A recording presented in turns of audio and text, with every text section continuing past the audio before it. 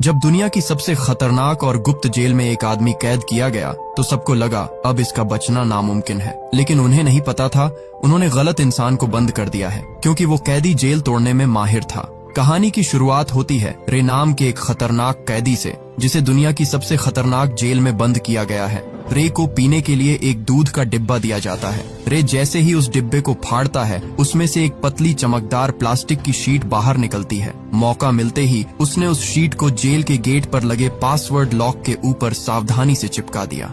जब गार्ड ने password type किया तो उसकी उंगलियों के निशान उस शीट पर साफ छप गए।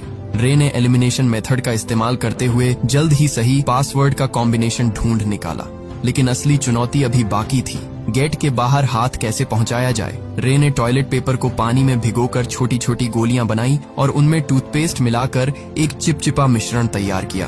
फिर एक बड़े कागज की शीट में इन्हें लपेटकर उसने एक अनोखा चिपचिपा हथियार बनाया, लेकिन यह सब करने के लिए उसे कैमरे की नजरों से बचना था। रे ने पहले ही गार्ड की दिनचर्या का बारीकी से अध्ययन कर लिया था।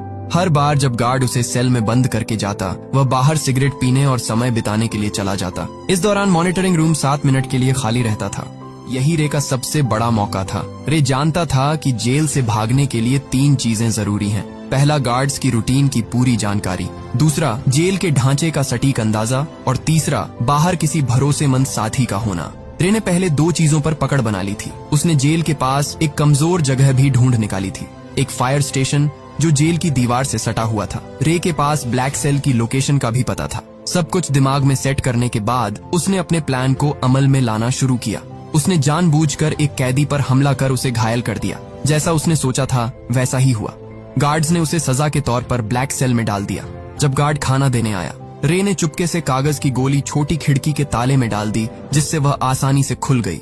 पासवर्ड सिर्फ 4 अंकों का था, जिसे रे ने चुटकियों में क्रैक कर लिया। ब्लैक सेल से निकलते ही उसने मॉनिटरिंग सिस्टम को हैक कर 1 मिनट पुराना फुटेज चला दिया, ताकि गार्ड्स को कुछ पता न चले। इसके बाद उसने फायर स्टेशन से जुड़ी वेंटिलेशन पाइपलाइन को खोज निकाला। जब गार्ड सिगरेट पीने में व्यस्त थे, रे उस पाइप के रास्ते रेंगता हुआ बाहर निकल गया। बाहर उसकी साथी पहले से ही तैयार थी। उसने एक छोटी कार में विस्फोट कर दिया, जिससे फायर अलार्म बज उठा। गार्ड्स ने सीसीटीवी फुटेज चेक की, लेकिन सब कुछ सामान्य दिखा। इस बीच रे फायर स्टेशन में दाखिल हो चुका था। उसने जल्दी से एक फायर फाइटर की वर्दी चुराई और फायर ट्रक के नीचे छुप गया। अफरा तफरी का फायदा उठाकर वह ट्रक के साथ घटना स्थल तक पहुंचा और वहां से अपनी साथी की गाड़ी में बैठकर साफ बच निकला।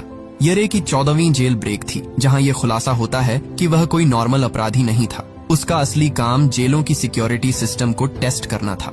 असल में वह एक सिक्योरिटी कंपनी का ऑनर था, जिसकी वजह से वह नकली कैदी बनकर जेलों में घुसता और अपनी काबिलियत से बाहर निकलकर यह प्रूव करता था कि जेल की सिक्योरिटी सिस्टम में सुधार की जरूरत है या नहीं। वह इतनी जेलों से भाग चुका था कि लोग कहने लगे कि यह बंदा किसी भी जेल को एस्केप कर सकता है।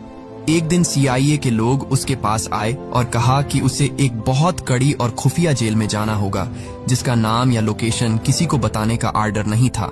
यह मिशन बहुत खतरनाक था। बावजूद इसके रे मान गया, क्योंकि उसे लाखों डॉलर का यह ऑफर वर्थ हिट लगा। कौन जानता था कि पैसा सच में इंसान से कुछ भी करवा सकता है। उन्होंने रे को एक नई पहचान और एक सीक्रेट एग्जिट कोड दिया, जिसका इस्तेमाल वह अगर कुछ गलत हो तो भागने के लिए कर सकता था। जाने से पहले उन्होंने उसके शरीर में एक ट्रैकिंग डिवाइस भी लगाया। जल्दी ही वह दिन आ गया जब उसे जानबूझकर अरेस्ट होना था, लेकिन अचानक कुछ लोगों ने उसे अगवा कर लिया और इलेक्ट्रिक शॉक दे दिया। इससे पहले कि उसे कुछ समझ आता, उन्होंने उसके हाथ से ट्रैकिंग डिवाइस को निकाल दिया और उसे बेहोश कर दिया।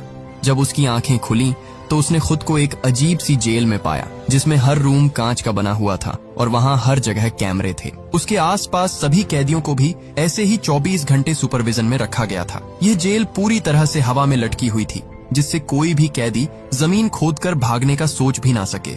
ये देखकर रे को तुरंत समझ आ गया कि वह एक बुरी सिचुएशन में फंस चुका है। वहां से जितना जल्दी हो सके निकलने के लिए उसने सीक्रेट कोड बोला, लेकिन जेल का जेलर एक टेढ़े दिमाग का आदमी निकला। उसने बिना कुछ सुने रे को फिर से बंद कर दिया। अब यहाँ ये राज सामने आता है कि जेलर किसी ऐसे आदमी से मिला हुआ था जो रे का दुश्मन था। कुछ देर बाद उसने देखा कि यहाँ के गार्ड्स पूरी तरह से हथियारों से लैस हैं और चेहरे पर काले मास्क लगाकर घूमते हैं, और गार्ड्स की संख्या भी कैदियों से कई ज्यादा थी, जिसकी वजह से उनका जब मन करता वे किसी को भी मारने या पीटने लग जाते। वहीं कैदियों को टॉर्चर करने के लिए एक भयानक कमरा बनाया गया था, जहां अंदर जाते ही तेज रोशनी से आंखें चकाचौंध हो जाती थीं। इसके अलावा वहां का तापमान भी बहुत ज्यादा था, लेकिन इसके बावजूद दर्द को सहते हुए रे जैसे तैसे पूरे कमरे की जांच पड़ताल करने लगा। तभी मुआयना करते हुए उसकी नजर फर्श पर स्टील प्लेट से जुड़ी कील पर पड़ी। उसी मोमेंट उसके दिमाग में एक आइडिया आया। बाहर निकलने के बाद उसने प्लान बनाना शुरू कर दिया। अब जेल से बाहर निकलने के लिए उसे किसी की सख्त जरूरत थी। जैसे ही उसने अपनी पहचान बनानी शुरू की, तभी टाइसन नाम का एक आदमी उससे दोस्ती करने आ गया। उसकी आंखों में अलग ही चमक थी। उसने सीधे पूछा, क्या चाहिए तुझे?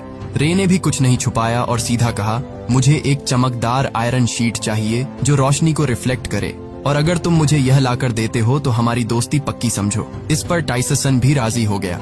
इसके बाद वह सीधा जेलर के पास पहुंच गया और उसे उल्टा सीधा कहने लगा, जिससे टेढ़े दिमाग का जेलर गुस्से में आकर उसे वाटर टॉर्चर देने लगा।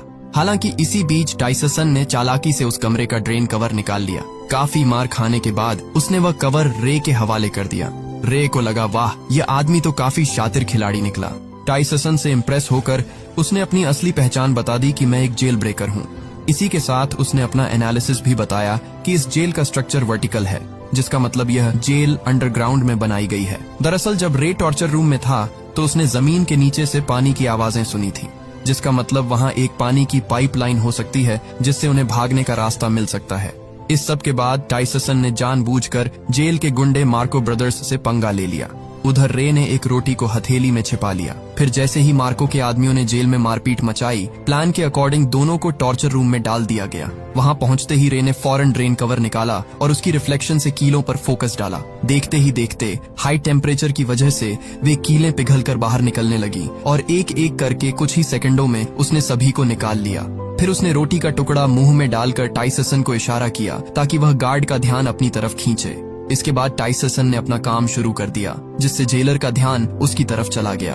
वहीं रे ने तुरंत गीली रोटी को सीसीटीवी कैमरे पर चिपका दिया ताकि अंदर की फुटेज न दिखे। फिर वह फ्लोर से नीचे उतर गया और पाइपलाइन में चढ़ते हुए आगे बढ़ने लगा, लेकिन बदकिस्मती से रास्ते में गलती से एक तार टूट गया, जिससे पानी बाहर आने लगा। आखिरकार जब वह ऊपर पहुंचा तो उसके पैरों तले जमीन खिसक गई, क्योंकि ये जेल जमीन के नीचे नहीं बल्कि समुद्र के बीचों बीच पानी की एक विशालकाय शिप में थी, जहां से भाग पाना नामुमकिन था। इस बीच पानी लीक होकर जेल के अंदर भरने लगा, जिसकी वजह से टॉर्चर रूम के कैदियों को रिहा कर दिया गया। खुशकिस्मती से रे गार्ड्स की नजरों से छिपकर समय पर वापस आकर बच गया। हालांकि दूसरी ओर एक नई मुसीबत उसका इंतजार कर रही थी। दरअसल जेलर को फर्श पर छोड़ी गई कीलें मिल गईं, जिससे वह समझ गया कि रे ने जेल तोड़ने की कोशिश की है। उसके बाद उसने फौरन एक आदमी को कॉल लगाया, जहां यह राज खुला कि रे को इस जेल में फंसाने वाला कोई और नहीं बल्कि उसका बिजनेस पार्टनर लेस्टर निकला, जिसने कंपनी के लालच में आकर यह साजिश रची थी। अब अगले दिन किसे पता था कि रे के ऊपर टॉर्चर के बादल मंडराने लगेंगे। जब जब वह सोने की कोशिश करता, गार्ड्स उसे जगा देते और इसका फायदा उठाकर वह उसे खूब मारते पीटते भी थे। ऐसे ही कई दिन बीत गए। रे पूरा दिन बेहोशी और थकान में रहता। आखिरकार उसकी हालत देखकर गार्ड्स उसे रोज मेडिकल रूम ले जाने लगे। डॉक्टर भी उसे देखकर दंग हो जाता था। कुछ दिनों के बाद टॉर्चर का सिलसिला खत्म हो गया और उसने फिर से प्लान बनाना शुरू कर दिया। दरअसल खाना खाने के बहाने वह टेबल के नीचे चोरी छिपे एक डायरेक्शन बताने वाली डिवाइस बनाने लगा। इसी दौरान उसने मार्को से मिलकर उसे अपनी टीम में शामिल कर लिया, जिसके बाद तीनों ने मिलकर एक ताबड़तोड़ प्लान बनाया। प्लान के हिसाब से मार्को ने जेलर से झूठ बोला कि मेरे पास खुफिया जानकारी है जो मुझे डेक पर जाकर पहुंचानी है। ये सुनते ही जेलर ने उसे डेक पर जाने की परमिशन दे दी। अब वहां पहुंचते ही मार्को ने डायरेक्शन डिटेक्टर से मेजर करना शुरू कर दिया, मगर रे के लिए इतना काफी नहीं था। उसने नोटिस किया कि फ्लश करते वक्त पानी घड़ी की उल्टी दिशा में घूम रहा था। अब सारे डाटा को एनालिसिस करने के बाद उसने कंक्लूड किया कि वह अभी नॉर्दर्न हेमिस्फीयर में है। फिर एक नए आए कैदी से पूछने पर पता चला कि अभी नवंबर का महीना चल रहा है। इसके बाद रे ने अपने बॉडी टेम्परेचर को ध्यान में रखकर अनुमान लगाया कि वहां का तापमान जरूर मोरक्को तट के आसपास का होगा। इतनी मशक्कत के बाद आखिरकार अंत में जाकर उन्होंने क्लियर लोकेशन का पता लगा ही लिया। हालांकि लोकेशन पता होने के बावजूद वे वहां से निकलते भी तो कैसे? तभी टाइसन ने कहा कि अगर हम किसी तरह से बाहर मौजूद मेरे आदमियों तक मैसेज भेज सकें तो हमें यहाँ से निकलने से किसी का बाप भी नहीं रोक सकता। उसकी बातें सुनकर रे को लगा कि इस जेल का डॉक्टर शायद उसकी मदद कर सकता है। उसके बाद उन्होंने एक प्लान बनाया जिसके अकॉर्डिंग टाइसन ने जानबूझकर रे पर हमला कर दिया, जिससे वह डॉक्टर के पास जा सके। ऐसे ही कई दिनों तक रे बीमार होने का नाटक करके रोजाना डॉक्टर के पास जाने लगा। डॉक्टर को भी रे का दर्द बर्दाश्त नहीं हुआ और वह उसकी मदद करने के लिए राजी हो गया।